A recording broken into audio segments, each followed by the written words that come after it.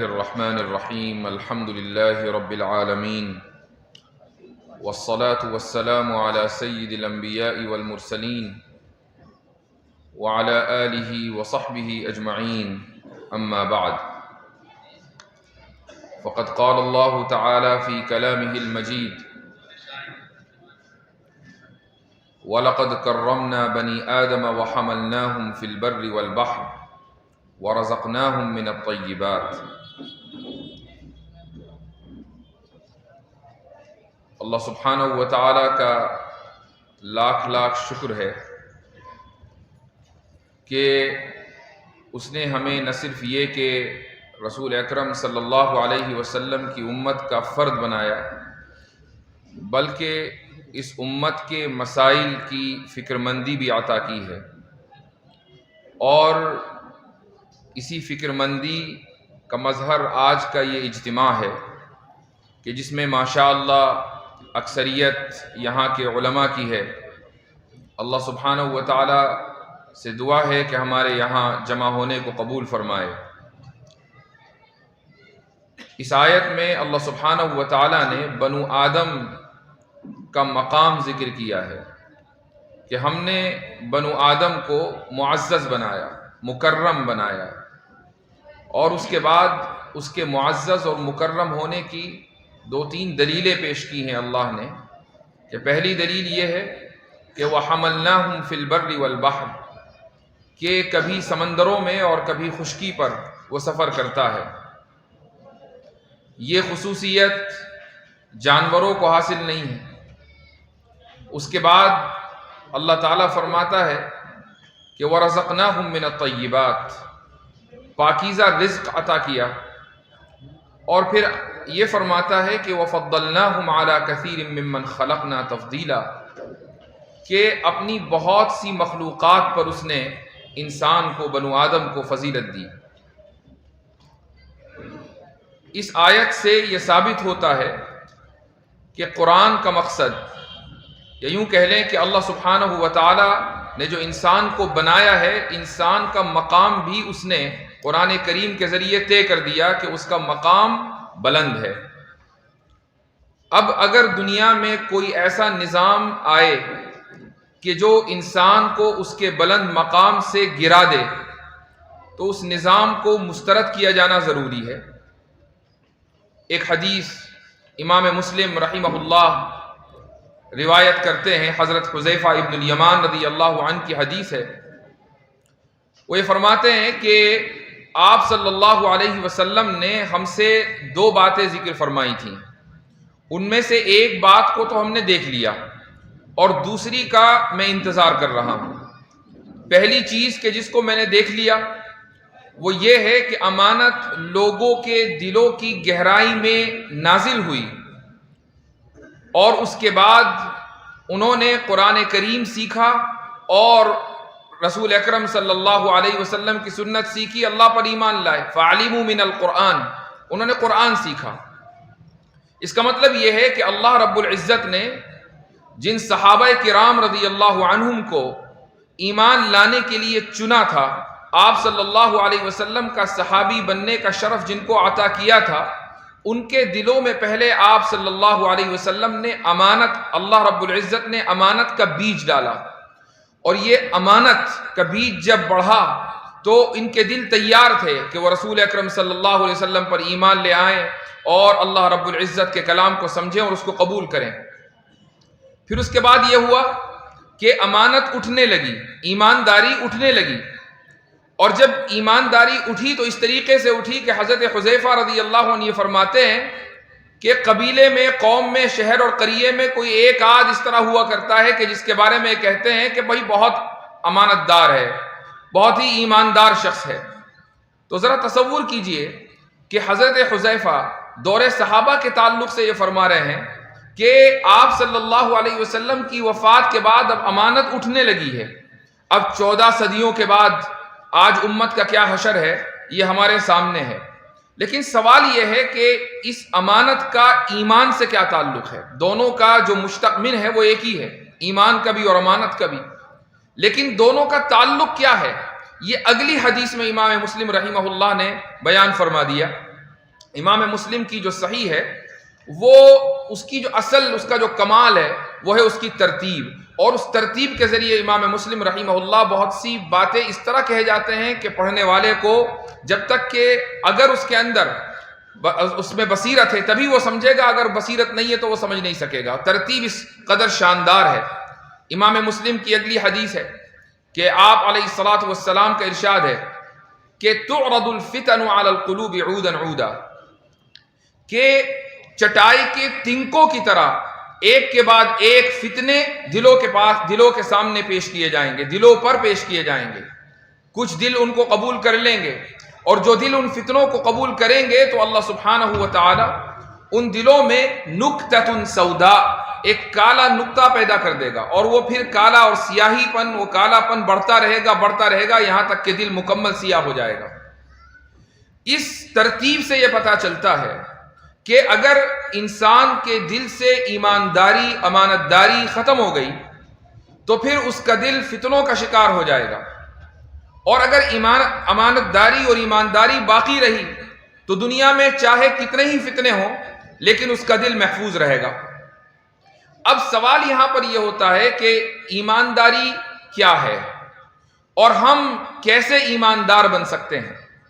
میں عام طور سے ایک بات ہمیشہ کہتا ہوں، اور وہ یہ کہ اگر آپ سے یہ سوال کیا جائے کہ آپ کی امانت داری یا ایمانداری کا مستحق سب سے زیادہ کون ہے، وہ کون شخص ہے کہ جو اس بات کا مستحق ہے کہ آپ اس کے سامنے ایمانداری کا اظہار کریں سب سے زیادہ، تو جواب صحیح یہ ہوگا کہ آپ خود، کوئی دوسرا نہیں، آپ کی اولاد نہیں، آپ کے والدین نہیں، ان سب کا نمبر بعد میں، پہلا نمبر آپ کا ہے کہ آپ اپنے ساتھ ایماندار بن جائیں، آپ اپنے ساتھ امانت دار بن جائیں، اور وہ اس طریقے سے کہ اگر ہمیں اپنی جہالت کا اعتراف ہو تو یہ اس بات کی دلیل ہے کہ ابھی امانت داری اور ایمانداری باقی ہے۔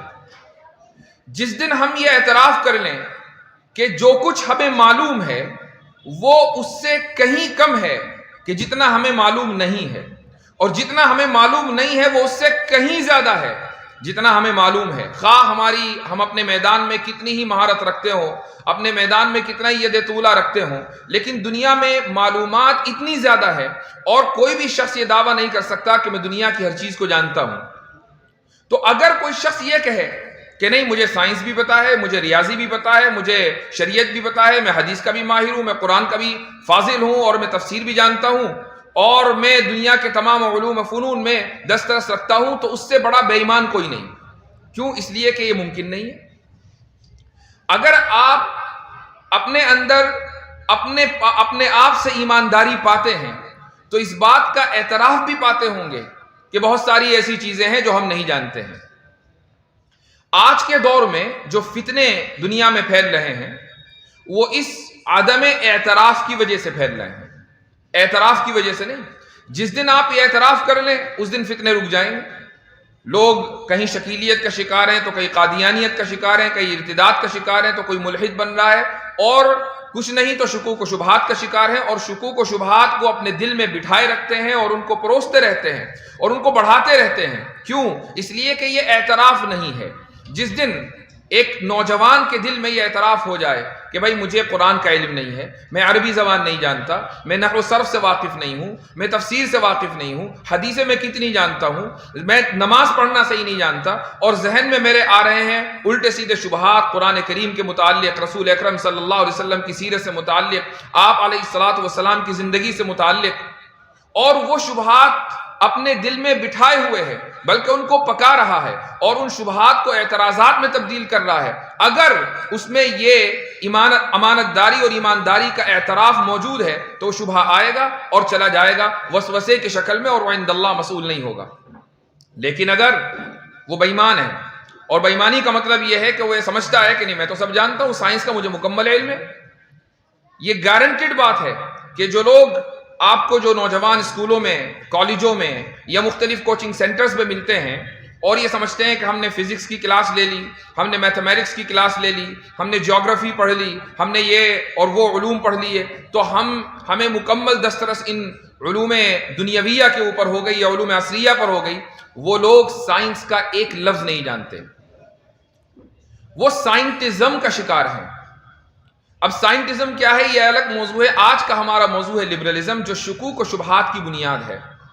میں نے شروع میں جس آیت کا حوالہ دیا، اس آیت میں اللہ سبحانہ و تعالی نے انسان کے مقام بلند کو ذکر کیا ہے، اور میں نے ابھی عرض کیا تھا کہ ہر وہ نظام جو انسان کو اس کے مقام بلند سے گرا دے، وہ نظام قابل مذمت ہے، قابل ترک ہے۔ مثلا آج کے دور میں جو صورتحال دنیا کی ہے، اور خصوصاً مغربی ممالک کی، اور دنیا ایک گاؤں بن چکی ہے، جو صورتحال اس وقت امریکہ کی ہے، یورپ کی ہے، یہ مت سمجھیے کہ ہمارے یہاں وہ نہیں ہے۔ انٹرنیٹ پر جو ہوتا ہے وہ یہاں پر آتا ہے، ہاں اس کو لوگوں کے مزاج کا حصہ بننے میں تھوڑا وقت لگتا ہے۔ یعنی جو چیزیں آج کی تاریخ میں مثلا امریکہ اور یورپ میں ہو رہی ہیں، وہی چیزیں آپ عموماً اپنی سڑکوں پر اور اپنے ارد گرد کے ماحول میں 5 سے 10 سال کے بعد دیکھیں گے۔ فتنہ بنتا وہاں ہے، اس کے بعد اس کی پیکیجنگ ہوتی ہے، اور اس کے بعد اس کو ایکسپورٹ کیا جاتا ہے، اور یہاں سب امپورٹ کرنے کے لیے بیٹھے ہوئے ہیں۔ تو یہ طریقہ کار اور نظام ہے جو اس وقت پوری دنیا میں چل رہا ہے۔ تو انسان اپنے اس مقام بلند سے اتنی پستیوں میں گر چکا ہے کہ اگر ہم ان پستیوں کا آپ کو دیکھنے لگیں تو سب لوگ حیرت زدہ ہو جائیں کہ دنیا میں ایسے بھی انسان بستے ہیں۔ مثال کے طور پر ایک جانور ہے، وہ کسی کو اگر مارتا ہے، شکار کرتا ہے، تو وہ صرف 2 وجہ سے کرتا ہے۔ یا تو اس کو بھوک لگی ہے اور اس کو بھوک مٹانی ہے، تو یہ نیچر کا حصہ ہے کہ وہ شکاری جانور شکار کرے گا، یا یہ کہ وہ خوف میں مبتلا ہے اور وہ اپنے آپ کو بچانا چاہتا ہے، تو 2 ہی وجہ سے وہ کسی کا شکار کرے گا یا کسی کو مارے گا۔ انسان بعض مرتبہ نہ خوف کی وجہ سے مارتا، نہ بھوک کی وجہ سے مارتا، بلکہ وہ شوق میں مارتا ہے۔ کتنے ہی لوگ ایسے ہیں کہ جو قتل کا کانٹریکٹ لے لیتے ہیں، اور ایک حدیث میں آپ علیہ الصلاۃ والسلام کا ارشاد ہے کہ ایک دور ایسا آنے والا ہے کہ جس میں نہ قاتل کو یہ معلوم ہوگا کہ اس نے کیوں مارا، اور نہ مقتول کو یہ معلوم ہوگا کہ اس کو کیوں مارا گیا۔ تو ذرا تصور کریں کہ جانور کے یہاں تو پھر بھی اخلاقیات باقی ہیں کہ اپنی بھوک مٹانے کے لیے وہ شکار کرتا ہے۔ انسان تو جانور سے نیچے گر چکا ہے کہ اس کو کوئی مقصد نہیں ہے لیکن وہ قتل کر رہا ہے۔ اسی طریقے سے جانوروں میں کچھ جانور ایسے ہیں کہ جب وہ بھوک سے مغلوب ہو جاتے ہیں تو اپنے بچوں کو ہی کھا لیتے ہیں۔ اس کو انگلش میں اس کے لیے ایک اصطلاح ہے، انفینٹیسائیڈ۔ اب کوئی یہ کہے گا کہ بھئی جانور تو کر سکتا ہے لیکن انسان نہیں کر سکتا۔ انسان اتنی بڑی تعداد میں یہ حرکت کرتا ہے کہ اس کا کوئی تصور نہیں ہے، جس کو ہم اسقاط حمل کہتے ہیں۔ اب اسقاط حمل میں بعض مرتبہ عورتیں اپنے حمل کو 3 مہینے کے بعد، 4 مہینے کے بعد، 5 مہینے کے بعد، 9 مہینے سے یعنی وضع حمل سے بالکل پہلے اسقاط کراتی ہیں، اور یہ تعداد 1982 سے لے کر تقریباً 2020 کا جو ڈیٹا ہے وہ ہے 40 ملین، اور صرف امریکہ میں۔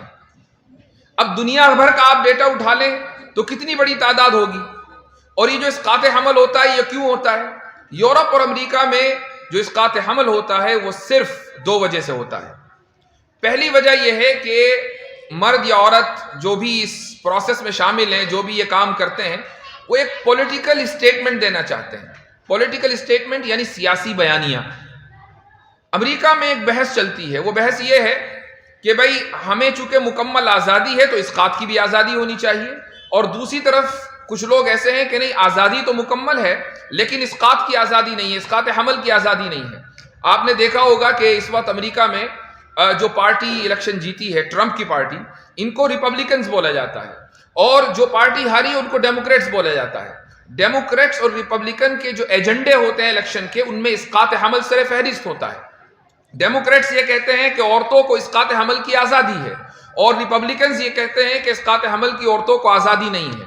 تو ڈیموکریٹ سے وابستہ جو خواتین ہوتی ہیں وہ اسقاط حمل محض اس لیے کراتی ہیں تاکہ ان کی وابستگی اس پارٹی سے باقی رہے، ان کے سامنے کوئی دوسرا مقصد نہیں ہوتا، اور اس طریقے سے ہزاروں لاکھوں کی تعداد میں یہ ابورشنز ہوتے ہیں۔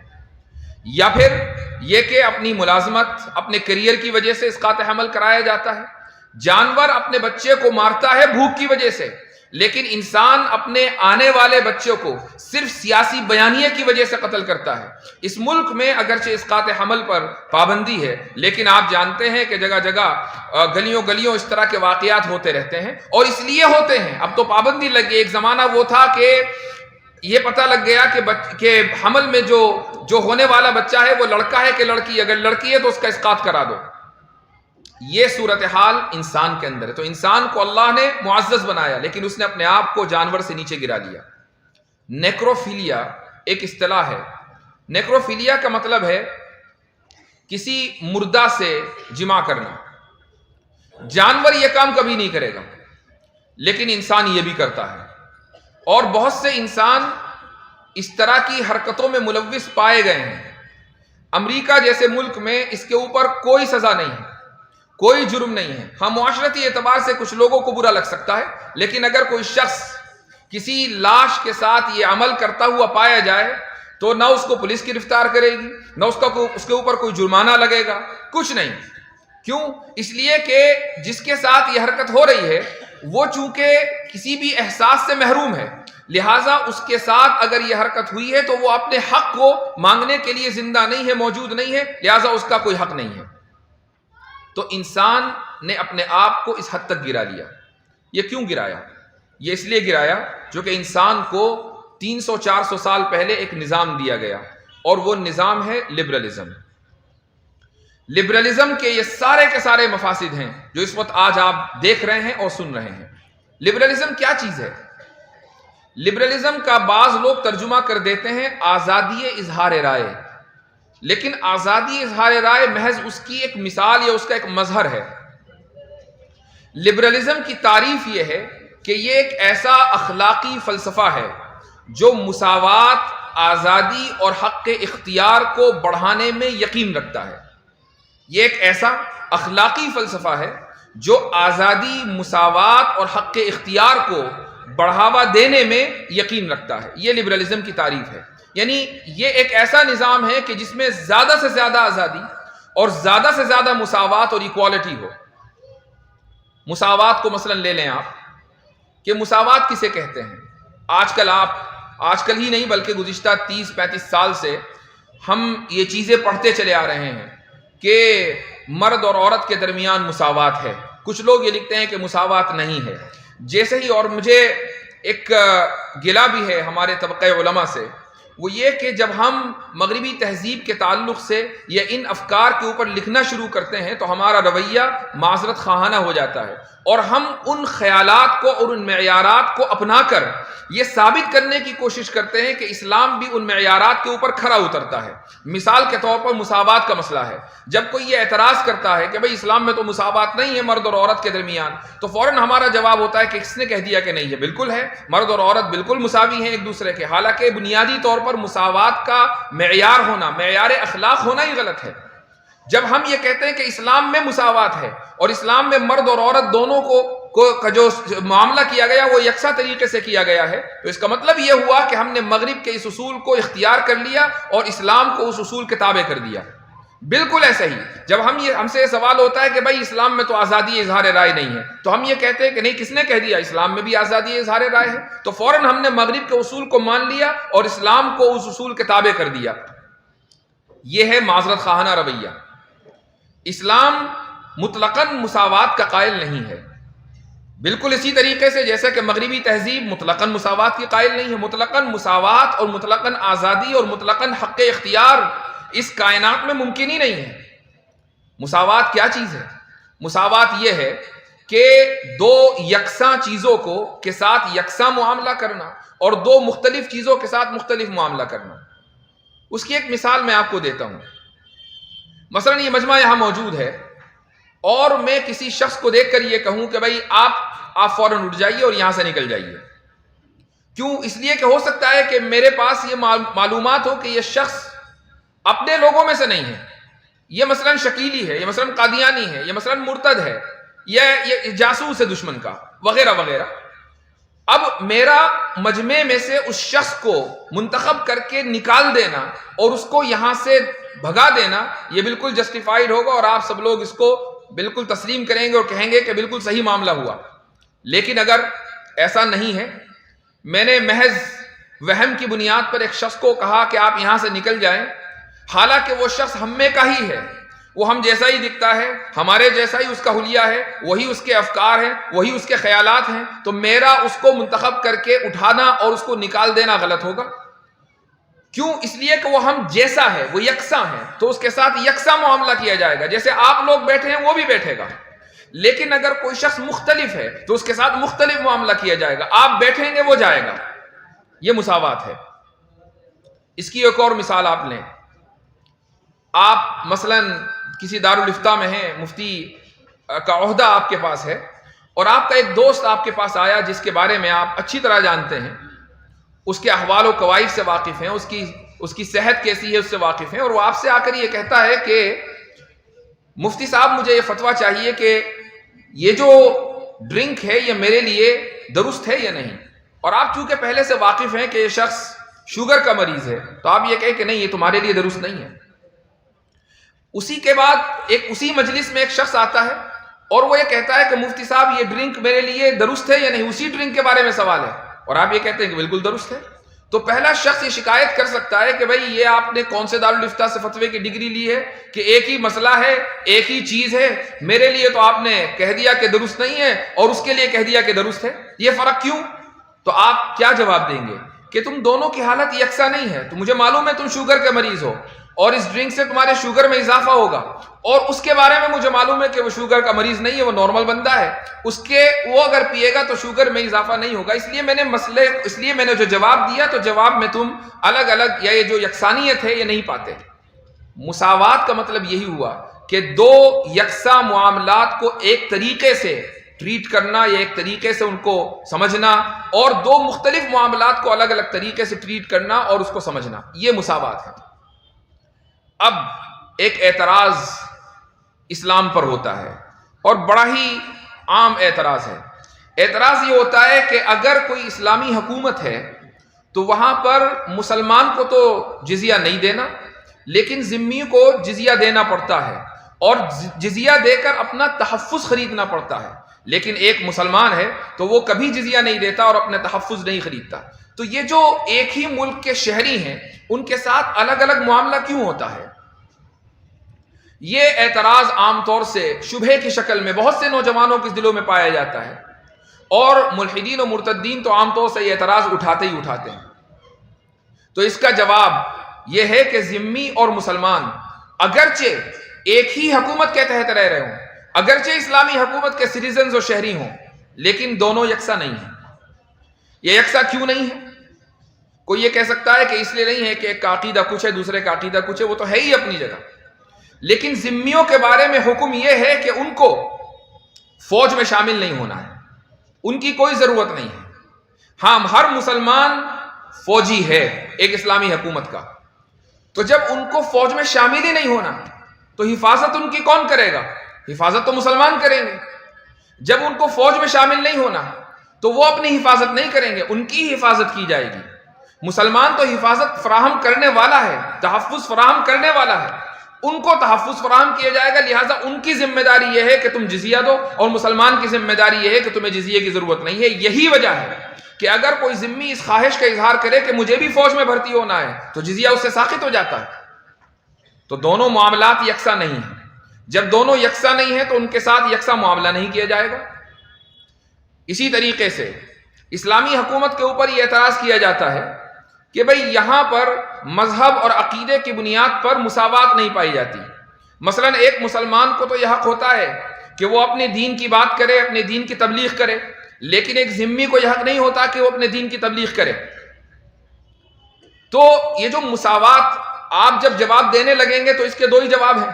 یا تو آپ یہ کہیں کہ نہیں، کافر کو بھی ذمی کو بھی ایک مسلم ملک میں، ایک اسلامی ریاست میں اپنے دین کی تبلیغ کا حق ہے. اگر آپ یہ کہیں گے تو یہ چیز غلط ہے. اور اگر آپ یہ کہیں کہ تبلیغ کا حق نہیں ہے، اگرچہ میں مساوات کو اہم ترین اصول تسلیم کرتا ہوں، لیکن اس کو تبلیغ کا حق نہیں ہے، تو آپ کا اصول ٹوٹ جاتا ہے۔ تو پھر اس کا کیا جواب ہوگا؟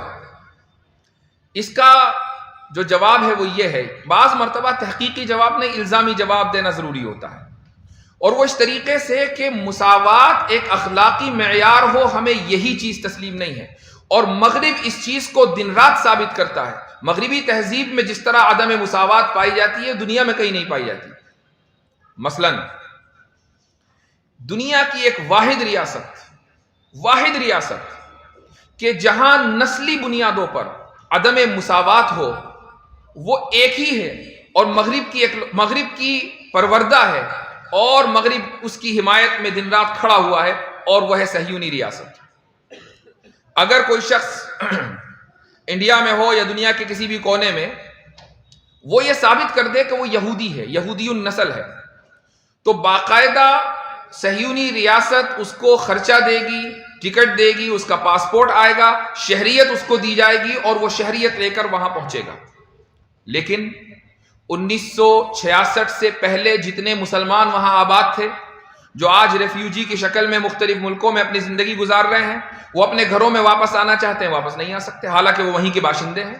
کیوں؟ چونکہ ان کی نسل الگ ہے اور اس کی نسل الگ ہے، تو نسلی بنیادوں پر قانون بنا کر وہاں پر عدم مساوات کو نہ صرف یہ کہ اس کی ترویج کی جاتی ہے، بلکہ فخریہ پوری دنیا میں بیان کیا جاتا ہے، اور مغرب اس کے اوپر خوش ہے، اس کو کوئی مسئلہ نہیں ہے۔ تو اگر کوئی یہ کہے کہ عدم مساوات ایک غلط رویہ ہے، تو پھر اس سے یہ کہنا چاہیے کہ پھر اس غلط رویے کو ہر جگہ ٹھیک کرو، ان ملکوں میں بھی ٹھیک کرو کہ جن کی حمایت میں تم کھڑے ہو۔ ایسے ہی آپ تحقیقی جواب کے طور پر یہ بھی کہہ سکتے ہیں کہ ایک مسلمان کو اپنے ملک میں اسلامی حکومت میں دین کی بات کرنا اس کے لیے اس لیے درست ہے چونکہ دین اس ملک کا بنیادی کانسٹیٹیوشن ہے، یعنی پورا جو دستور ہے وہ اس دین کے اوپر کھڑا ہے، اسی لیے تو وہ اسلامی ریاست ہے۔ اب اگر کسی کافر کو، ذمی کو یہ حق دے دیا جائے کہ وہ یہودیت کی، عیسائیت کی یا کسی اور مذہب اور دین کی ترویج کرے، تو وہ اس دستور کے خلاف، اس ملک کے دستور کے خلاف تبلیغ کر رہا ہے۔ کیا دنیا کی کوئی ریاست، کیا دنیا کی کوئی حکومت اپنے ملک کے دستور کے خلاف بولنے کی اور دستور کے خلاف چیزوں کی نشر و اشاعت کی اپنے باشندوں کو اجازت دے سکتی ہے؟ نہیں دے سکتی۔ تو پھر اسلامی ریاست سے یہ مطالبہ کیوں؟ تو یہ جو مساوات کا رویہ ہے، اس کو جیسے ہی آپ ایک اعلیٰ اخلاقی قدر اور اصول مان لیں گے تو فوری طور پر آپ معذرت خواہانہ رویے کا شکار ہو جائیں گے، اور بہت سی باتیں ایسی ہیں کہ جس کا آپ جواب نہیں دے پائیں گے، خود بھی مطمئن نہیں ہوں گے اور دوسروں کو بھی مطمئن نہیں کر پائیں گے۔ مغرب جب آپ کو کوئی چیز دیتا ہے، کوئی اصول دیتا ہے، کوئی بات بتاتا ہے، تہذیب کا کوئی حصہ آپ کو دیتا ہے، تو ہمیشہ اس کے تعلق سے تشکیک کی نگاہ سے ادھر دیکھیے، اس کو شک بھری نگاہوں سے دیکھیں، چونکہ ہو سکتا ہے کہ اس کے اندر کوئی گڑبڑی ہو، اس کو بالکل آنکھ بند کر کے قبول کرنے کی ضرورت نہیں ہے۔ یہ تو رہا مساوات کا قصہ۔ اب آ جائیں آزادی پر۔ ایک کتاب ہے اور یہ کتاب انگریزی میں لکھی گئی ہے۔ اس کتاب کا عنوان کا ترجمہ ہی یہ ہے کہ مطلقاً آزادی ممکن نہیں ہے، یعنی جو لوگ آزادی کے قائل ہیں، کہتے ہیں آزادی چاہیے، آزادی چاہیے، ہمیں بولنے کی آزادی، لکھنے کی آزادی، صحافت کی آزادی، پریس کی آزادی، فلاں کی ڈھکا کی، وہ خود اس بات کے قائل ہیں کہ دنیا میں مطلقاً آزادی ممکن نہیں ہے۔ ایک واقعہ، بلکہ واقعہ کا یہ تو قانون ہے مختلف ملکوں کا، آپ ہولوکاسٹ کا یورپ میں انکار نہیں کر سکتے۔ اگر آپ یورپ میں ہولوکاسٹ کا انکار کریں گے تو یہ قابل سزا جرم ہے۔ کینیڈا کا ایک واقعہ میں آپ کو بتاتا ہوں۔ یہ وہ ممالک ہیں جو اپنے آپ کو کہتے ہیں کہ بھئی ہم آزادی کے چیمپئن ہیں۔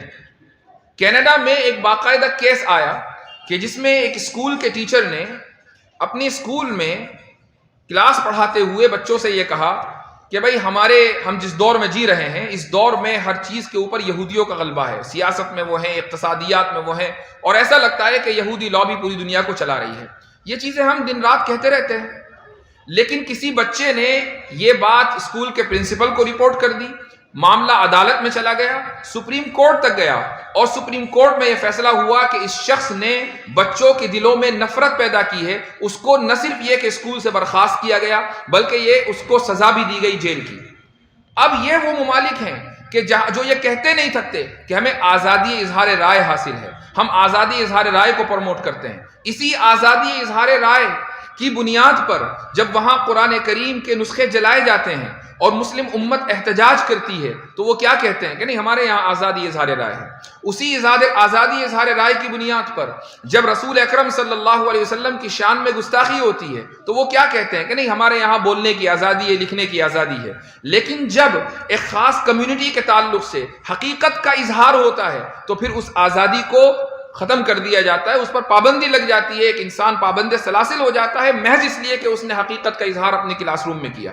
یہ کوئی اکا دکا واقعات نہیں ہیں، یہ وہاں کے قوانین ہیں۔ اس لیے جب ہم آزادی کے تعلق سے بات کریں تو ہمارا رویہ اور ہمارا ضابطہ یہ ہونا چاہیے کہ اسلام آزادی ضرور دیتا ہے، لیکن جس طریقے سے تم مطلقاً آزادی کے قائل نہیں ہو، ہم بھی مطلقاً آزادی کے قائل نہیں ہیں۔ تم جس طریقے سے آزادی کو مقید کرتے ہو ہم بھی آزادی کو مقید کرتے ہیں۔ فرق اتنا ہے کہ تمہارے یہاں آزادی کو مقید کیا گیا ہے جب یہودیوں کا معاملہ آتا ہے، ہمارے یہاں آزادی کو مقید کیا گیا ہے جب مذہبی مقدسات کا معاملہ آتا ہے، اور مذہبی مقدسات میں صرف رسول اکرم صلی اللہ علیہ وسلم کی شخصیت شامل نہیں ہے بلکہ قرآن کریم نے تو یہ اعلان کر دیا کہ وَلَا تَسُبُّوا الَّذِينَ يَدْعُونَ مِن دُونِ اللَّهِ، کہ اللہ کے علاوہ یہ لوگ جن لوگوں کی عبادت کرتے ہیں ان کو بھی برا بھلا نہ کہو۔ تو ہمارے یہاں مذہبی شخصیات یا مقدسات میں تمام چیزیں شامل ہیں، ہم نے تو آزادی کو وہاں مقید کیا، تو پھر ہمارے اور تمہارے درمیان فرق کیا رہا؟ اسی طریقے سے ایک اور ضابطہ پیش کیا جاتا ہے اور وہ ضابطہ ہے حق اختیار کا۔ حق اختیار کا مطلب یہ ہے کہ بھئی مجھے حق ہے کہ میں چاہے کسی بھی رویے، کسی بھی نظریے، کسی بھی فکر کا انتخاب کروں، لہٰذا ایک شخص کو یہ اختیار ہونا چاہیے ایک اسلامی ریاست میں کہ اگر وہ مسلمان ہے تو وہ یہودیت اختیار کر لے، وہ عیسائیت اختیار کر لے، اگر وہ مسلمان ہے تو وہ اپنے دین کو چھوڑ دے اور اس کے اوپر کوئی سزا نافذ نہ ہو۔ اس اصول کو بنیاد بنا کر ارتداد کی سزا کا انکار کیا جاتا ہے۔ اب جب ہم سے یہ سوال ہوتا ہے، ہم میں سے بہت سو سے، تو ہم لوگ پریشان ہو جاتے ہیں کہ اس کو کس طریقے سے عقلی بنیادوں پر ثابت کریں گے کہ ارتداد کی سزا بالکل ٹھیک ہے۔ اس کو کس طریقے سے یہ ثابت کیا جائے گا کہ اسلام اگر ارتداد کی سزا کا قائل ہے تو یہ بالکل انصاف پر مبنی عمل ہے، انصاف پر مبنی رویہ ہے۔ پریشانی اس وقت ہوتی ہے جب ہم حق اختیار کو ایک اعلیٰ اخلاقی اصول کے طور پر قبول کر لیتے ہیں، لیکن اگر ہم یہ کہیں کہ حق اختیار بھی محدود ہے، آپ جس چیز کو بھی چاہیں منتخب نہیں کر سکتے۔ مغرب میں مثلا ایک بچہ ہے، 14 سال کا بچہ، 14 سال کی عمر، اگر وہ جا کر اسکول میں اپنے پرنسپل یا کاؤنسلر کو یہ کہے کہ مجھے کچھ ایسا لڑکا ہے، مجھے فیل ہو رہا ہے کہ میں لڑکا نہیں لڑکی ہوں، تو اس کو فوری طور پر باقاعدہ حکومت کی مدد سے اس کو دوائیں دی جاتی ہیں جس سے اس کے جو ہارمونز ہیں وہ بدل جائیں، اور آہستہ آہستہ 2 سال 4 سال 5 سال میں اس کے اندر جسمانی تبدیلی ہو، اس کے افکار اور خیالات کے اندر تبدیلی ہو، اور 4-5 سال میں وہ اپنی جنس تبدیل کرا لے، اور دنیا کی کوئی طاقت اس کو روک نہیں سکتی اس چیز سے۔ کیوں؟ اس لیے کہ اس کو حق اختیار ہے، اس کو یہ اختیار تھا کہ وہ لڑکا بنا رہے، اب یہ اختیار ہے کہ وہ لڑکی بن جائے۔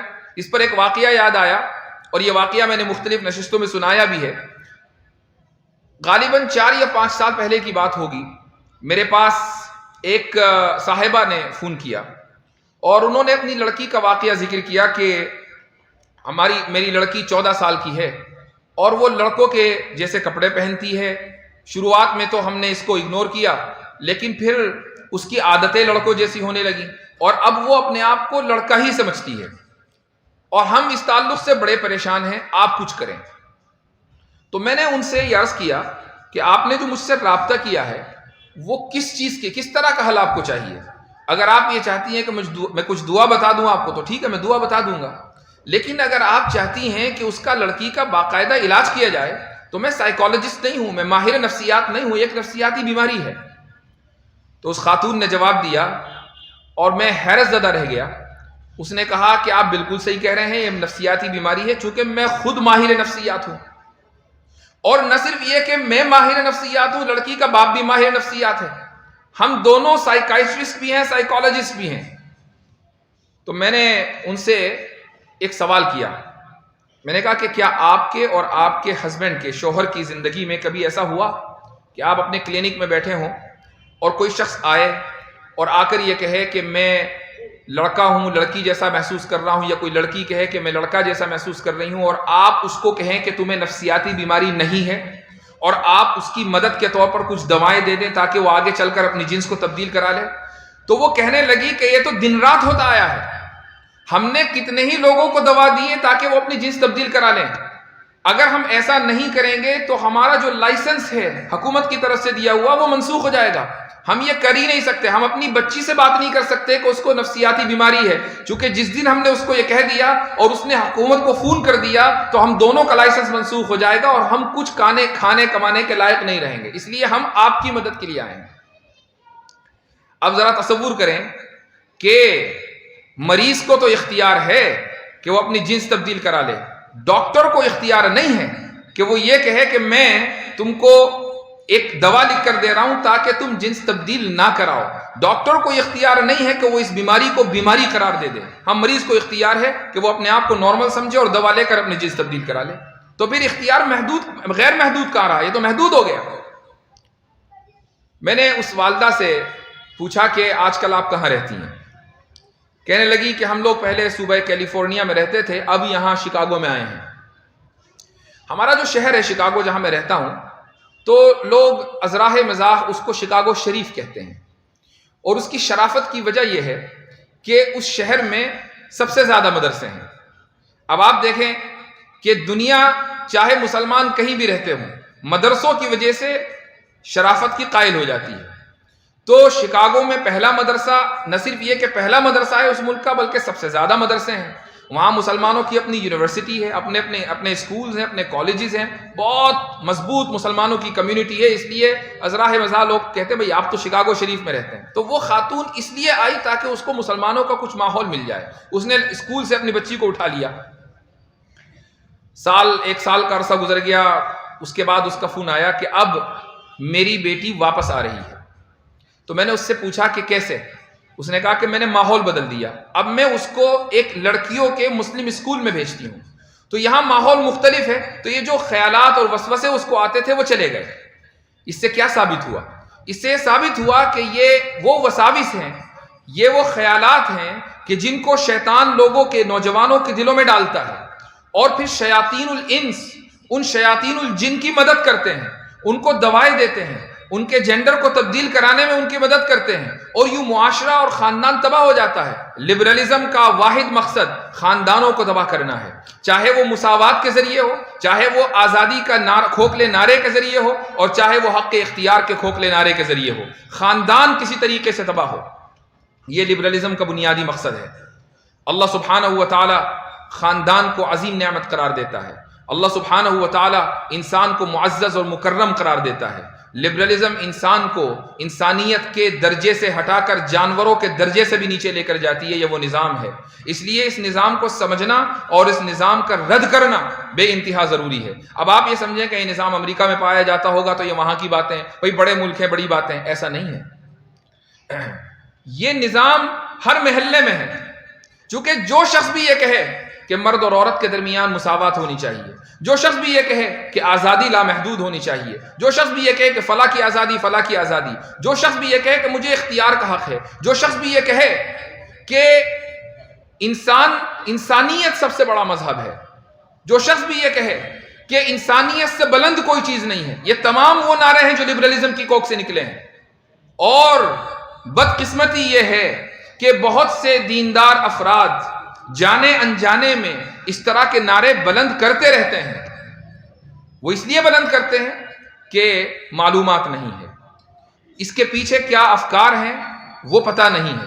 جس دن یہ پتہ چل جائے کہ ان نعروں کے پیچھے کیا سازشیں ہیں، ان نعروں کے پیچھے وہ کون سے نظام ہیں جو ان نعروں کے ذریعے اپنے ایجنڈے اور اپنے مقاصد کو پورا کرنا چاہتے ہیں، اس دن آپ یہ سارے نعرے چھوڑ دیں گے. میرا جسم میری مرضی، آپ نے سنا ہوگا. چونکہ ایک عورت کی ہم چونکہ مشرقی تہذیب سے وابستہ ہیں تو فطرت کے قریب ہیں. مغربی تہذیب سے وابستہ ہوں گے، فطرت کے بہت دور ہیں. مشرقی تہذیب سے آپ جتنا روایت اور مشرقی تہذیب سے قریب رہیں گے، آپ فطرت کے قریب رہیں گے. جب آپ ایک عورت کے منہ سے سنتے ہیں کہ میرا جسم میری مرضی، تو خود سب کو برا لگتا ہے اور سمجھتے ہیں کہ نہیں، یہ بات غلط ہے. جسم تو اللہ تعالیٰ کا ہے تو مرضی بھی اسی کی ہے. لیکن اگر آپ اس نعرے کو بدل دیں اور یہ کہیں کہ میری رائے میری مرضی، تو اب کسی کو برا نہیں لگے گا. جبکہ رائے بھی اللہ تعالیٰ کی مرضی کے مطابق ہونی چاہیے. تو ہمارا ذہن ان افکار اور نعروں کو فلٹر کرنے کا عادی نہیں ہے.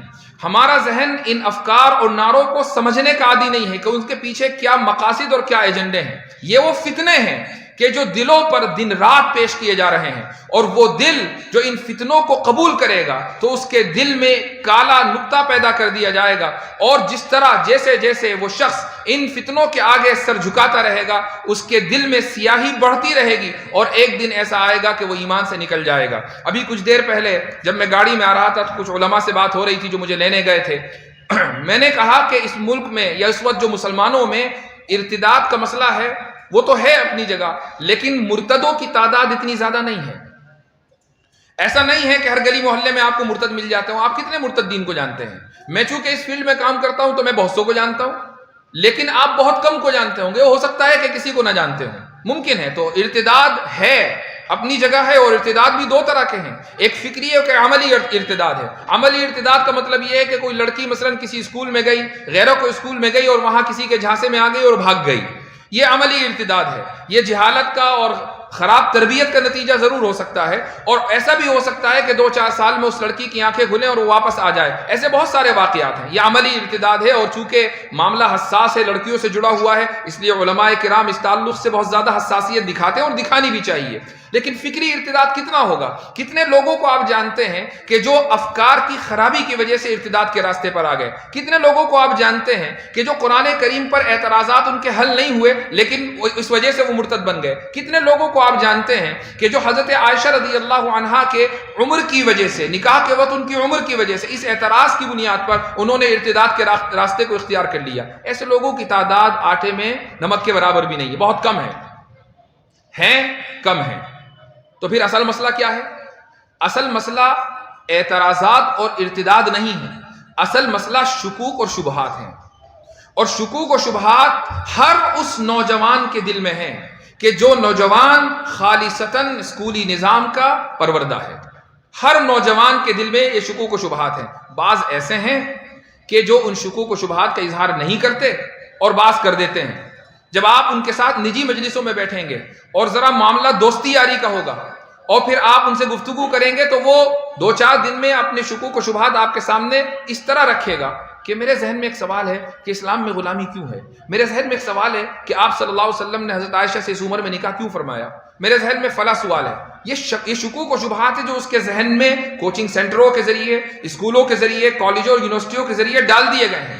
اس لیے ایک بات کی گزارش کرنا چاہوں گا، تمام علماء کرام یہاں موجود ہیں، ان کے سامنے دست بستہ عرض گزار ہوں. وہ یہ کہ ہمارے اکابر نے گزشتہ 150 سال میں، 250 سال میں جو تحریک چلائی ہے مدارس کی، وہ تحریک اس قدر کامیاب ہے کہ اس کا آپ تصور نہیں کر سکتے. دنیا کا کوئی گوشہ، کوئی شہر ایسا نہیں ہے جہاں دیوبند قائم نہ ہو. مدرسے کی بات نہیں کر رہا ہوں، جہاں دیوبند قائم نہ ہو. میں ایک موقع پر امریکہ کے ایک صوبہ ہے فلوریڈا، یہ امریکہ کا بالکل جنوب میں ہے، اور ہم شکاگو میں رہتے ہیں، ہم شمال میں رہتے ہیں. اور اگر آپ گاڑی سے فلوریڈا سے شکاگو کا سفر کریں تو تقریباً 18-19 گھنٹے لگتے ہیں. اتنا لمبا فاصلہ ہے. گاڑیاں تیز چلتی ہیں، ہائی ویز ہیں. تو تقریر کے دوران ان کے ہاں جلسہ تھا ختم بخاری کا فلوریڈا میں، اور میں نے اس موقع پر میرے ذہن میں ایک بات آئی. میں نے کہا کہ اگر ہم یہاں سے گاڑی کے ذریعے شکاگو چلیں تو ہر 4 گھنٹے پہ ایک مدرسہ ہے، اور ہر 4 گھنٹے میں ایسا مدرسہ ہے جہاں بخاری ہو رہی ہے، دورے تک تعلیم ہے. تو 18-19 گھنٹے کے ایک سفر میں کتنے مدارس آپ کو امریکہ جیسے ملک میں ملیں گے؟ اور یہ سارے وہ مدارس ہیں جو درس نظامی کی تعلیم دے رہے ہیں، جو ہمارے اکابر کے منہاج پر ہیں، ان کے طرز کے اوپر قائم کیے ہوئے ہیں۔ تو یہ جو تحریک مدارس ہے دنیا کے ہر کونے میں پہنچ چکی ہے الحمدللہ، اور اتنی کامیاب تحریک ہے۔ اس تحریک کے ذریعے اللہ سبحانہ و تعالیٰ نے اس امت کے کتنے ہی نوجوانوں اور کتنے ہی خاندانوں کا ایمان محفوظ کیا ہے۔ یہ تحریک اپنی جگہ ہے۔ اب جو گزارش ہے وہ کیا ہے؟ وہ یہ کہ ایک اور تحریک ہے جو آپ کی توجہات کی منتظر ہے، اور وہ تحریک ہے اسکولی تعلیم کی۔ ہم نے یہ تصور کیا ہے، ایک زمانے تک یہ تصور تھا کہ بھئی ہم دینی تعلیم دیں گے اور فلاں جو گروپ ہے یا فلاں حضرات جو اسکول کالجوں سے نکلے ہیں وہ دنیاوی تعلیم دیں گے۔ اس کا نتیجہ کیا نکلا کہ آپ کے پاس 3% بچے آئے اور ان کے پاس 97% بچے گئے، اور وہ 97% بچے ان میں سے بہت کم ہی آپ سے متعلق تھے، چاہے وہ تبلیغ جماعت کے ذریعے ہو یا دیگر جماعتوں کے ذریعے، بہت کم آپ سے متعلق تھے۔ اور جب ہم ان کے پاس جاتے ہیں اور دین کی باتیں ان کو سمجھانے کی کوشش کرتے ہیں تو چونکہ ان کی ذہنی ساخت و پرداخت دوسرے انداز کی ہے، تو وہ لوگ آپ کی باتوں کو اور ہماری باتوں کو صحیح سے سنتے نہیں۔ تصور کریں کہ اگر دین کی بات کرنے والا کوئی ٹائی میں ہو، سوٹڈ بوٹڈ ہو، اس کی شہرت میں اضافہ ہوگا، وہ زیادہ مشہور ہوگا، اس کی بات زیادہ توجہ سے سنی جائے گی اور اس کے بارے میں سمجھا جائے گا کہ بھائی بہت بڑا علامہ فاضل ہے، سوٹڈ بوٹڈ ہے، اس کے باوجود دین کی بات کر رہا ہے۔ ان لوگوں میں اس کی مقبولیت زیادہ ہے۔ کیوں؟ اس لیے کہ انہیں آپ کی تربیت نہیں ملی ہے۔ ہمارے پاس یعنی علماء دیوبند کو کہہ لیں یا علماء کرام، یعنی اگر مطلقاً بات کی جائے، چاہے وہ کسی بھی مکتب فکر سے وابستہ ہوں، ان کے پاس 2 صلاحیتیں ایسی ہیں کہ جو عام لوگوں کے پاس نہیں ہیں۔ پہلی صلاحیت ادارے چلانے کا فن، یہ جو مینجمنٹ ہے یہ علماء کرام کے پاس ہے۔ ہم تنظیمیں چلاتے ہیں، بڑے بڑے ادارے چلاتے ہیں، اس ملک میں نہیں پوری دنیا میں ہر جگہ ادارے بڑے بڑے مسلمانوں میں کس کے پاس ہیں؟ وہ علماء کرام کے پاس ہیں۔ دوسرا فن فنڈنگ، چونکہ کوئی بھی ادارہ بغیر فنڈ کے نہیں چل سکتا۔ امت ہمارے اوپر اعتماد کرتی ہے، امت ہمارے اوپر ٹرسٹ کرتی ہے۔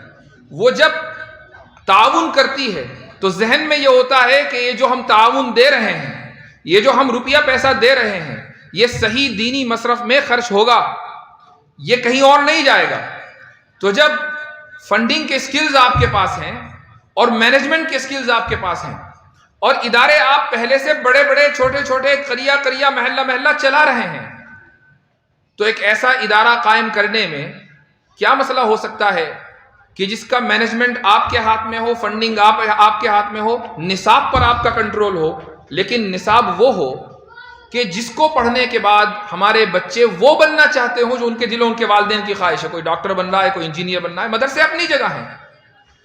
اگر آپ نے اسکول کے نظام کو اپنے ہاتھ میں نہیں لیا، یعنی اس کی سرپرستی نہیں کی، تو پھر یہ شکایتیں رہیں گی کہ فتنے آ رہے ہیں، کوئی قادیانی بن رہا ہے، کوئی شکیلی بن رہا ہے، کوئی مرتد بن رہا ہے، شکوک و شبہات کا لوگ شکار ہو رہے ہیں، وغیرہ وغیرہ۔ لیکن اگر آپ نے سرپرستی ان اداروں کی بھی کی، ان پر بھی توجہات کی، ان طلبہ کی بھی تربیت کی، ان کو بھی دین، تصوف اور سلوک سے جوڑا، ان کی بھی ذہنی ساخت و پرداخت اسی طریقے سے ہوئی جیسا کہ مدرسوں کے بچوں کی ہوتی ہے، تو پھر 3% کے ساتھ ساتھ وہ 97% بھی انشاءاللہ دین کے سپاہی ہوں گے، وہ دین کا تحفظ کرنے والے ہوں گے۔ ہو سکتا ہے کہ وہ کسی ایسے ڈپارٹمنٹ میں ہو کہ جہاں ہر طرف اجنبی لوگ ہوں، لیکن دین کا وہ پیغام نہیں چھوڑیں گے، وہ کلمہ نہیں چھوڑیں گے۔ اور یہ بات یاد رکھیں کہ اس طرح کے افراد جب دین ان کے اندر آتا ہے تو وہ اتنی مضبوطی کے ساتھ آتا ہے کہ وہ ہر طرح کے مخالف ماحول میں رہ کر اپنے دین کے ساتھ جمے رہتے ہیں۔ تو ایسے افراد کی سرپرستی اور ان کی تربیت کی ضرورت ہے، اور یہ سرپرستی اور تربیت علماء کرام کی جماعت ہی کر سکتی ہے۔ یہ توقع کرنا چھوڑ دیجئے کہ ہم مدرسوں میں بند رہیں گے اور دوسرے لوگ اسکول چلائیں گے اور اس کے بعد پھر بھی ایسی نسل نکلے گی جو دین کی محافظ ہوگی اور ان کے ذہنوں میں شکوک و شبہات نہیں ہوں گے۔ اگر یہ توقع ہے تو یہ خام خیالی ہے۔ اس لیے اس تعلق سے فکر کرنا بے انتہا ضروری ہے علماء کرام کے لیے۔ اللہ سبحانہ و تعالیٰ سے دعا ہے کہ ان تمام فتنوں سے ہمیں بچائے، امت مسلمہ کے ایمان کی حفاظت کرے۔ اللہ رب العزت سے دعا ہے کہ ہم سب کے یہاں جمع ہونے کو قبول فرمائے۔ جزاکم اللہ خیر الجزاء وآخر دعوانا الحمد للہ رب العالمین۔ کوئی ساتھی کوئی سوال کرنا چاہتا ہے تو آپ حضرات کھڑے ہو کر اپنا کوئی بھی سوال معلوم کر سکتے ہیں.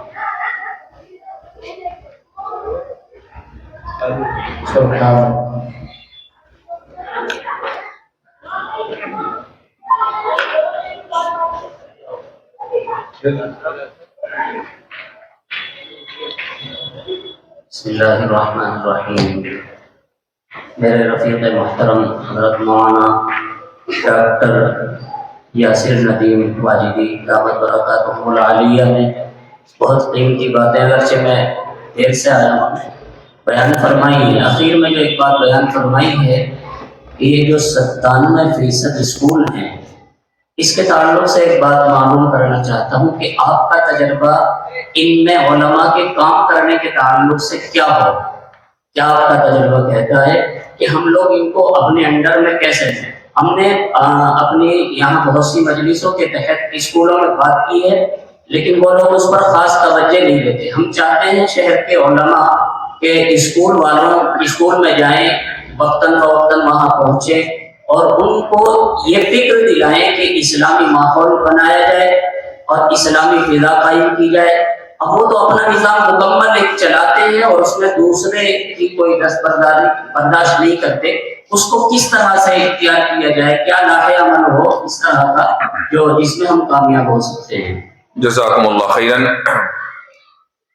یہ چیز تو بہت مشکل ہے کہ کوئی چلتا ہوا ادارہ اسکول وہ یہ کہے کہ آپ ہماری سرپرستی کریں اور وقتاً فوقتاً یہاں آ کر ہمارے بچوں کی دینی تربیت کریں. ایسے ماحول میں کہ جہاں پر دینی بیداری خصوصاً اس ملک کی بات کر رہا ہوں اسکولوں میں اتنی نہیں ہے. اسی رمضان کا واقعہ ہے. میں مسجد میں تھا شکاگو میں، تراویح کے بعد تفسیر کا درس ہوتا تھا تو ایک صاحب آئے میرے پاس. وہ ایک اسکول کے بورڈ کے ممبر تھے، مسلمانوں کا اسکول تھا. وہ کہنے لگے کہ ہمارے ٹیچر نے کچھ لبرلزم کی باتیں اسکول میں پڑھائی ہیں اور جب ٹیچر سے بات ہوئی تو اس نے اپنی بات کا دفاع کیا. میں چاہتا ہوں کہ آپ ہمارے پاس آئیں اور ٹیچرز کو ٹرین کریں ان موضوعات پر. میں نے کہا ٹھیک ہے. اس کے بعد انہوں نے اپنے بورڈ سے بات کی کہ ہم فلاں مولانا کو اپنے یہاں لانا چاہتے ہیں ٹیچرز ٹریننگ کے لیے، لیکن اسکول کے بورڈ نے اس کی مخالفت کی. کہا کہ نہیں، ہمیں اس طرح کے افراد نہیں چاہیے. ایکسٹریمسٹ کا لفظ انہوں نے استعمال کیا کہ ہمیں ایکسٹریمسٹ نہیں چاہیے، ہمارے بچے پہلے سے ہی اعتدال پسند ہیں. انہوں نے لبرلزم کو اعتدال پسند سمجھا. اور یہ میں مسلم اسکول کی بات کر رہا ہوں، 100% مسلم اسکول. اور وہاں عام طور سے سمجھا جاتا ہے کہ بڑا دینی ماحول ہے. تو اگر یہ ممکن ایسی جگہوں پر نہیں ہے تو پھر ویسی جگہوں پر کہ جہاں مقصد اسکولوں کا تعلیم دینے سے زیادہ یہ ہو کہ کھانا کمانا کیسے ہے، یہ کیسے ممکن ہوگا. تو اس لیے اگر اس طرح کی کوئی کوشش جاری ہے وہ جاری رکھیں. اصل یہ ہے کہ جس طرح ہم مدرسے آسانی کے ساتھ یا کچھ مشکلات کے ساتھ قائم کر دیتے ہیں، اسکول بھی ہمیں ہی قائم کرنے ہوں. اور یہ ایک رات یا چند مہینوں، چند دنوں اور ہفتوں کا کام نہیں ہے. جس طریقے سے مدارس کی تحریک کو یہاں تک پہنچنے میں ایک عرصہ لگا، اسکول کی تحریک کو بھی ایک عرصہ لگے گا. اور آپ کے ساتھ اس طرح کے افراد ہوں گے جب آپ اسکول قائم کریں گے کہ جو اس فیلڈ سے آتے ہیں لیکن مانتے آپ کی ہیں. مثلاً آپ حضرات میں سے ایک بڑی تعداد اس سے واقف ہوگی کہ ابھی ہم نے ایک اسکول قائم کیا، تعارف میں بات ذکر کی گئی برہان اکیڈمی کے نام سے. تو ہمارے ساتھ کچھ افراد ہیں، ٹیم کے لوگ ہیں، اور ان کی ذہنی جو فکر ہے وہ ویسی نہیں ہے جو ایک عالم دین کی ہوتی ہے. ظاہر وہ عالم نہیں ہے. تو بعض مرتبہ مختلف موضوعات پر جب گفتگو ہوتی ہے تو اختلاف رائے بھی سامنے آتا ہے. تو میں نے ان سے ایک موقع پر ایک بات کہی. میں نے ان سے کہا کہ دیکھو بھائی، یہ ہے اسلامی اسکول اور یہ اسلامی اسکول فتوے کے مطابق چلے گا. میں نے یہ نہیں کہا کہ اسلام کے دین کے مطابق چلے گا، میں نے کہا فتوے کے مطابق چلے گا. اور مفتی میں ہوں، اس ٹیم میں مفتی میں ہوں، تو میں جو فتویٰ دوں گا اس کے اعتبار سے چلے گا. اب چونکہ یہ ٹیم میری منتخب کردہ ہے اور الحمدللہ اس آزادی کے ساتھ، ویژن اور مشن کے ساتھ ہم لوگ یہ کام کر رہے ہیں، تو ہمیں وہ پریشانی الحمدللہ نہیں آ رہی ہے. تو اگر A to Z، الف سے یا تک نظام آپ کا ہے، جگہ آپ کی ہے، اسی لیے میں نے دو چیزیں ذکر کی، مینجمنٹ اور فنڈنگ. ٹھیک ہے، ایک صاحب نے ایک انگریزی کہاوت ہے وہ ذہن میں آئی، پاور اسٹاپس ویئر دا بک از، یعنی طاقت وہاں ہے جہاں پیسہ ہے. بھائی جو فنڈنگ لا رہا ہے، جو ادارے کو چلانے کے لیے وسائل مہیا کر رہا ہے، تو مینجمنٹ بھی اسی کا ہے، بات بھی اسی کی ہے. تو آپ اپنے ادارے قائم کریں، اپنے اسکول قائم کریں، اور اگر مان لیجیے آپ کے پاس جگہ چھوٹی ہے، مثلا آپ اگر اس جگہ اسکول قائم کرنا چاہیں تو ہو سکتا ہے کہ 8ویں کلاس تک قائم کر سکیں، لیکن شاید 12ویں کلاس تک قائم کرنا مشکل ہوگا. لیکن اس ملک میں ایک آسانی بہت زیادہ ہے جو دوسرے ملکوں میں نہیں ہے، وہ یہ ہے کہ آپ کسی بھی کمرے میں کوچنگ سینٹر قائم کر سکتے ہیں. آپ اور اس وقت ٹیوشن کی، کوچنگ سینٹر کی کتنے ادارے آپ کے شہر میں ہوں گے آپ گن بھی نہیں سکتے. اور ہر وہ بچہ جو اسکول جاتا ہے وہ کوچنگ سینٹر بھی جاتا ہے، وہ ٹیوشن کے لیے بھی جاتا ہے. تو آپ اپنے مینجمنٹ میں ایک اچھی کوالٹی کا کوچنگ سینٹر اگر قائم کریں جس میں آپ پڑھانے والے نہ ہو، پڑھانے والا وہ ہو کہ جس کو اس فیلڈ کی مہارت ہے، وہ آپ سے پڑھتا ہو، وہ آپ کا پروردہ ہو، تو آپ دیکھیں گے کہ نظام بدل جائے گا. یعنی لوگوں کے جو احوال ہیں وہ بڑی تیزی کے ساتھ بدلیں گے. السلام علیکم. ایک سوال کثرت کے ساتھ آتا ہے کہ ایک شوہر شراب پی کر کے آیا، یا وہ اپنی جہالت اور اپنے مزاج کی وجہ سے وہ یہ سمجھتا ہے کہ میں جو چاہے کر سکتا ہوں، اور گھر میں آتے ہی اس نے جو ہے بیوی سے کہا طلاق طلاق طلاق. غلطی اس کی ہے، شراب اس نے پی ہے، غصہ اس سے آ رہا ہے، اور تباہ برباد بیوی کی ہو رہی ہے. بیوی کو گھر چھوڑنا پڑ رہا ہے، بچے سے جدا ہونا پڑ رہا ہے. تو اس وقت پیدا ہوتا ہے کہ جیسے نکاح کے وقت دونوں کی مرضی کا دخل تھا، کیا ایسا نہیں ہو سکتا ہے کہ طلاق کے وقت بھی جب تک دونوں کی رضامندی شامل نہ ہو طلاق کا وقوع نہ ہو؟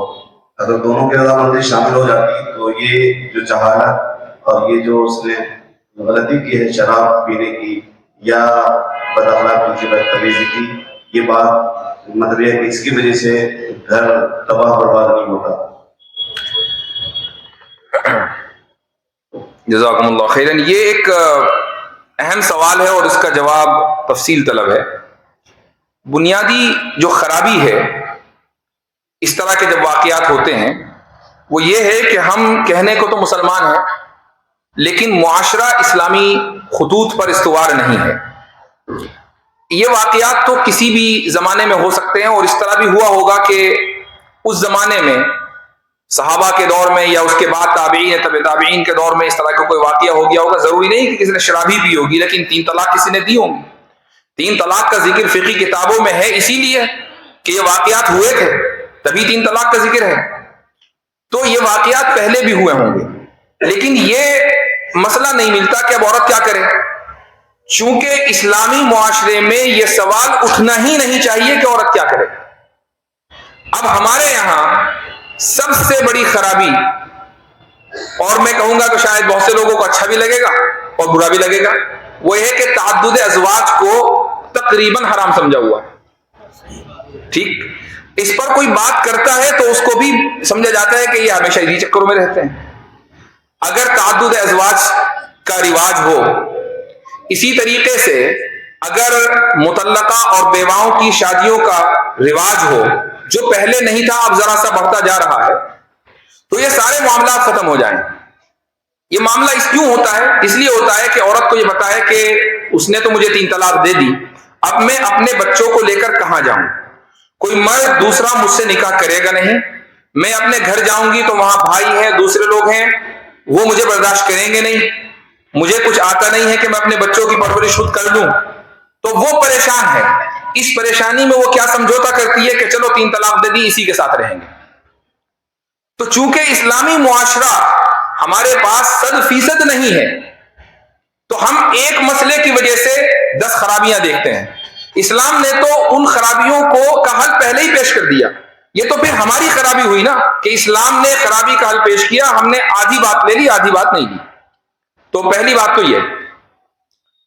دوسری بات جو سوال میں آئی وہ یہ کہ جس طرح نکاح میں دونوں کی مرضی کا دخل ہوتا ہے، تو طلاق میں بھی دونوں کی مرضی کا دخل ہونا چاہیے. یہ چیز عقلی اعتبار سے درست نہیں ہے. اس کو میں پہلے ایک مثال سے سمجھاؤں گا. مثال یہ ہے کہ مثلاً آپ فون کمپنی پہ جائیں اور آپ یہ کہیں کہ جی ایئرٹیل کا مجھے سم چاہیے, مجھے سروس چاہیے. ایئرٹیل کا جو سم دینے والا ہے اس کی مرضی بھی ضروری ہے. اس نے آپ کو سم دیا اور آپ کا رجسٹریشن کر لیا, اور آپ کی مرضی بھی ضروری ہے. کوئی آپ کے فون میں ایئرٹیل کا سم نہیں ڈال سکتا آپ کی مرضی کے بغیر. یہ جو کمپنی اور آپ کے درمیان معاملہ ہے یہ ایسا ہی ہے جیسے نکاح. لیکن کمپنی کو یہ اختیار ہے کہ جب چاہے آپ کی سروس ٹرمینیٹ کر دے, ختم کر دے. آپ کو اختیار نہیں کہ کمپنی کو ٹرمینیٹ کر دیں, کمپنی بند کر دیں. کمپنی کو اختیار ہے کہ وہ آپ کی سروس کو بند کر دے. کیوں؟ اس لیے کہ کمپنی کو اتھارٹی ہے, آپ کو اتھارٹی نہیں ہے. نکاح کا معاملہ مساوات پر مبنی نہیں ہے. نکاح کا معاملہ اتھارٹی کے اوپر مبنی ہے. یہ جو سوال ہوا ہے یہ سوال اس لیے ہوا ہے, یہ جو بھی لوگ سوال کرتے ہیں وہ اس لیے کرتے ہیں کہ ہم یہ سمجھتے ہیں کہ اچھا مرد اور عورت تو برابر ہیں, اور برابری کی دلیل یہ ہے کہ نکاح میں دونوں کی رضامندی ضروری ہے, تو طلاق میں بھی رضامندی ہونی چاہیے دونوں کی, چونکہ دونوں برابر ہیں. نکاح سے پہلے واقعی ہو سکتا ہے دونوں برابر ہوں. نکاح جب ہو گیا تو اب جو تعلق ہے یہ مساوات پر مبنی نہیں ہے, اتھارٹی کے اوپر. جس کو اتھارٹی ہے, جو قوام ہے, اس کو نکاح ختم کرنے کا حق ہے, اور جو قوام نہیں ہے اس کو نکاح ختم کرنے کا حق نہیں ہے. تو جب آپ نے اس اصول کو صحیح کر لیا کہ مساوات پر نکاح مبنی نہیں ہے تو اعتراض خود بخود ختم ہو گیا. جب آپ لبرلزم کے اس اصول کو معاشرے یا خاندان اور فیملی کی سطح پر لے آئیں گے تو ایک سے ایک اعتراض جنم لیں گے اور اس کا جواب نہیں نکل پائے گا.